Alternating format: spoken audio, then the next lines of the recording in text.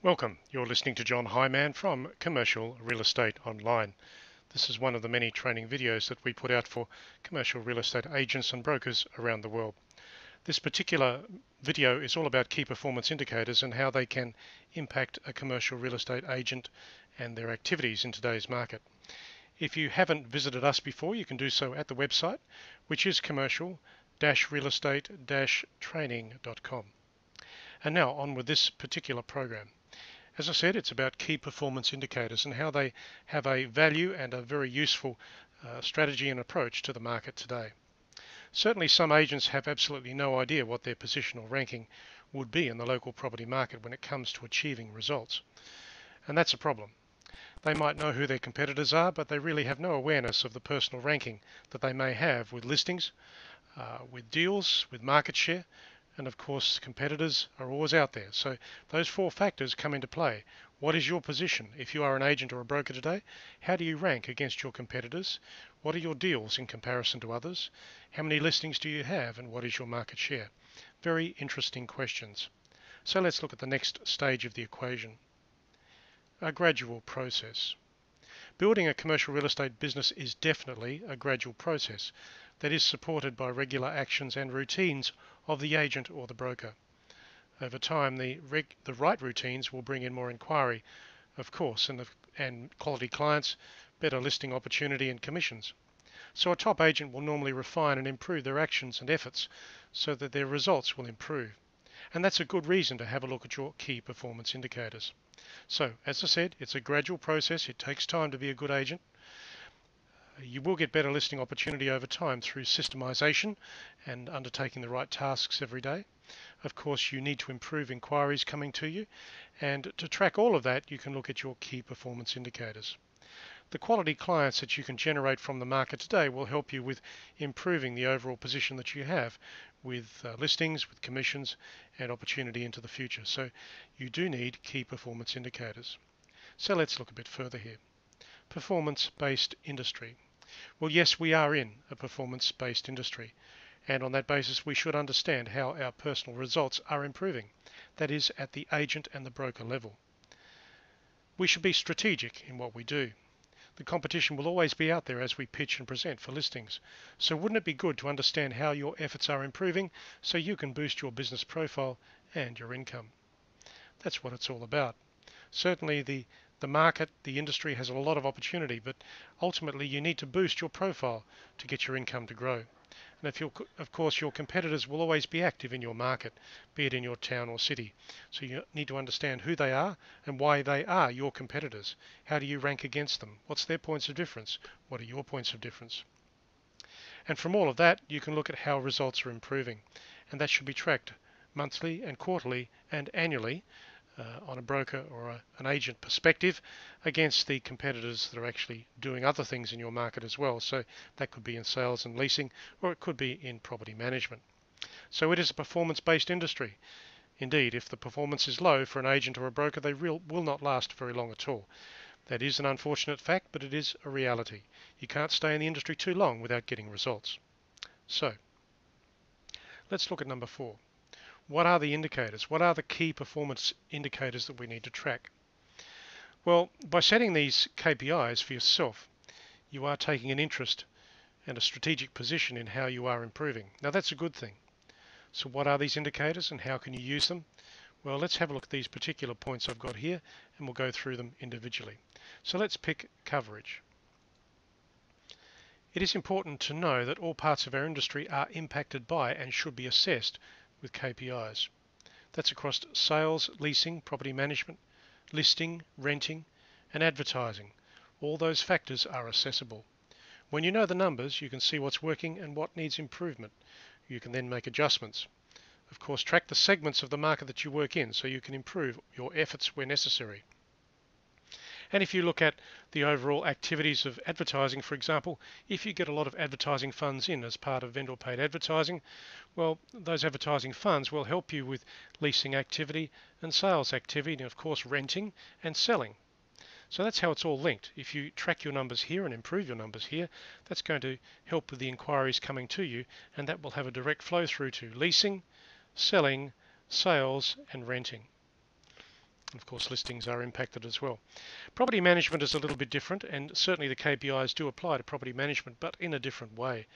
In property management, you're really looking at the number of properties that you manage, the number of tenants that you manage, the success rate that you have in retaining properties, perhaps the tenant retention plans that you may implement, the client portfolio management plans that you implement as well. So property management is a bit different, but certainly leasing and selling are very similar. In fact, a lot of good agents and brokers would do both of those things. So let's go a little bit further. Commissions. Now, the commissions that you earn, they're just a number. However, you need to break it down into commissions per property type, per property size, compare the commission numbers per month and per quarter. You'll soon see how better commissions per transaction are achievable. You'll also see the best times of year to earn more commissions. So, what are your commissions per month, per quarter? And how are better commissions achievable? That's an assessment that you need to make on a personal level. And you should decide the types of properties that you work on and the size of properties that you work on, because both of those factors will have an impact on the commissions that you earn. And during the year, there are better times to focus on your market. You will find that commissions are more easily achievable at certain times of the year. And at other times, things go relatively quiet. So maybe 10 months of the year you have reasonable activity, and in that 10-month period, you really do need to drive yourself solidly into the market to attract business activity. So let's go a bit further and have a look at listings. So listings. Time on market changes, of course, throughout the year, and that is for your listings. You need to know how that time on market factor is actually changing. Importantly, the time on market factors should be shortened where possible, in the case of both sales and leasings. Now, stale listings are a waste of time, so refresh your listings regularly and condition your clients to shorten the sale and lease cycle, given the prevailing market conditions. So what's your market like now? Is it improving? Is it stable? Is it slow? Perhaps it's more of a reflection on the listing stock that you have. If the economy seems slow, it's not always the economy that's doing it. It could be the quality of the listing stock that you have, and they're just not generating the amount of inquiry that you really do need. So be aware of stale listings and poor quality listings. Of course, the time on market is something that should be tracked, because then you'll understand exactly how long it takes to process, to find the buyers and the tenants for good property listings in today's economy, in your town or city, and the market itself. And what does a good listing look like to you? How would you say a good listing is something that you would want to attract? What is a good listing to you? Be it by price, location, size, commission, client. You need to understand what a good listing is to you. Let's go a bit further into market share. Number 4 is market share. Track and tally the numbers of signboards and internet listings in your area on a monthly basis. Split the numbers up into agent groups. You can also track the time on market of your competitors' listing stock. Thereby you'll see the redundant listing stock, they're just not working. These numbers are valuable when you're pitching or presenting for a listing with a client. So track your competitors, track the internet listings, and track the signboard numbers. All of these things will be relative to yourself as well as your competitors. You'll soon see the market share that you hold today. So let's go a bit further here into marketing funds. Now, I have said before, and I'll say it again, vendor paid marketing is really important today as you promote the properties that you work with. The vendor paid marketing funds are actually a critical part of promoting a property for sale or for lease. Every exclusive listing should have marketing funds supplied by the client before the promotion starts. That fact is a critical part of converting a quality listing to a successful sale or lease. Improve your presentation or listing pitch so that you are attracting more marketing funds that suit the property promotion. Exclusive listings are critical. Open listings are a waste of time. I have said that many times in both my articles online, my coaching material. Certainly open listings are a process of luck. Exclusive listings are a controlled process that you can work and over time create the sales and leasing activity that you need. In an exclusive listing situation, your signboard is the only signboard on the property. With an open listing situation, there are many other signboards on the property, and if anything, that cheapens the process of the marketing. So, focus on exclusive listings, refine your pitch or presentation accordingly. Improve your presentation to attract more marketing funds from the clients, the vendors that you work for. So let's go a little bit further here into prices and rents. Monitor the sales and leasing activity occurring at the moment and have a look back over the last 12 months. The trends will help you see how prices, rents, the yields and the property types are actually shifting. These factors become valuable when you graph them, and you can use the graphs, of course, in any property presentation with a client. I would use perhaps a PERT or a Gantt chart to show the client the stages of marketing and property promotion that you're going to take them through, and then I would use a simple line graph to show them how things are proceeding today when it comes to prices and rents and yields. Graphs are very valuable listing tools when it comes to converting a listing and a client today.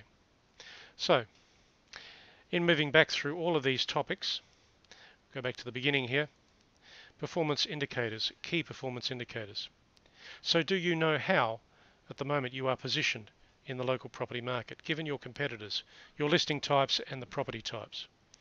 Information always helps you get results, and a top agent understands what the market is doing and why it is happening. They can then repeat the things that are working, and of course you can shift your focus and watch your KPIs grow. There's nothing more rewarding when you see the lines heading upwards, when you're getting better results when it comes to your commissions, your listings, and your time in market is shortening.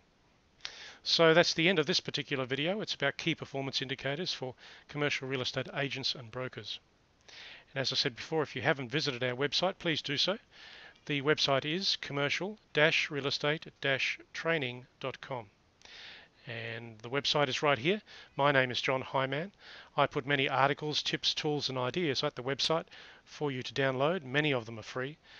They cover sales, leasing and property management, as well as industrial, office and retail property. And indeed, I put a chart up there this morning relating to a career in commercial real estate, and there are other things on the website as well, such as podcasts. So that is the end of this program. My name is John Hyman. Thanks for joining us today. It's good that you could listen to the program, and of course join the YouTube channel if you haven't already, so that you can get these videos sent to you automatically when they are loaded to YouTube. So as I said, I'll sign off now. This is John Hyman, and I'll catch you again very soon.